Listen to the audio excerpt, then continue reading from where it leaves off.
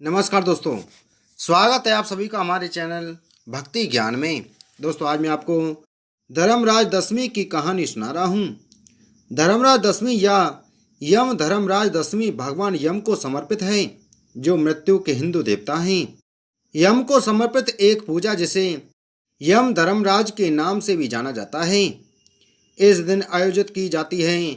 यह व्रत चैत्र मास के शुक्ल पक्ष की दशमी तिथि को किया जाता है। मूल रूप से इस दिन की जाने वाली पूजा एक भक्त से मृत्यु के भय को दूर करने पर केंद्रित होती है।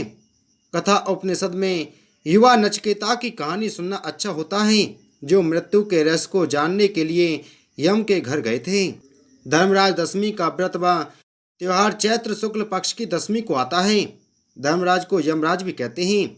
यमराज को पितृपति और दंडधर भी कहते हैं।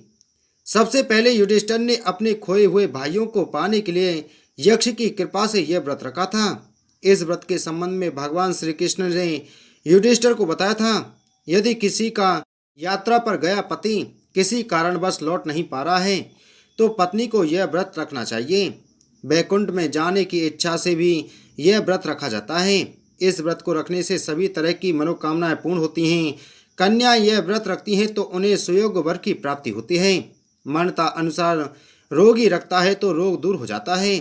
पुत्र की कामना, अच्छी खेती, अच्छे राज कार्य के लिए भी यह व्रत रखा जाता है।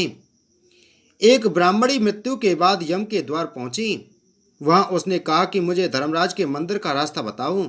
एक दूत ने कहा कि कहाँ जाना है। वो बोली, मुझे धर्मराज के मंदिर जाना है। वह महिला बहुत दान पुण्य वाली थी। उसे विश्वास था कि धर्मराज के मंदिर का रास्ता अवश्य खुल जाएगा। दूत ने उसे रास्ता बता दिया।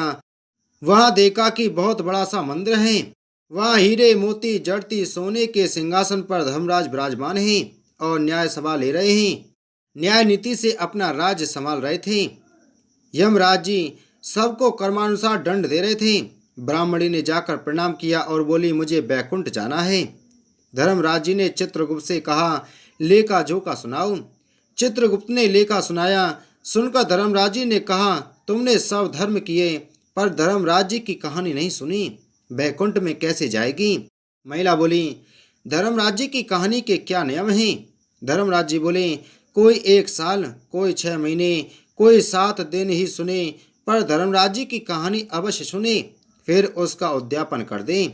उद्यापन में काठी, छतरी, चप्पल, बाल्टी, रस्सी, टोकरी, लालटेन, साड़ी, ब्लाउज का सेट, लोटे में शक्कर भरकर 5 बर्तन, 6 मोती, 6 मूंगा, यमराज जी की लोहे की मूर्ति, सोने की मूर्ति, चांदी का चांद, सोने का सूरज, चांदी का सतिया ब्राह्मण को दान करें।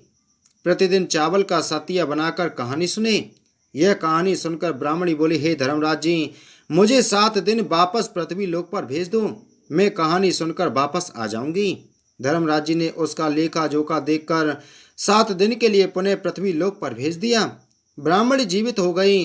ब्राह्मणी ने अपने परिवार वालों से कहा, मैं 7 दिन के लिए धर्मराज जी की कहानी सुनने के लिए वापस आई हूँ।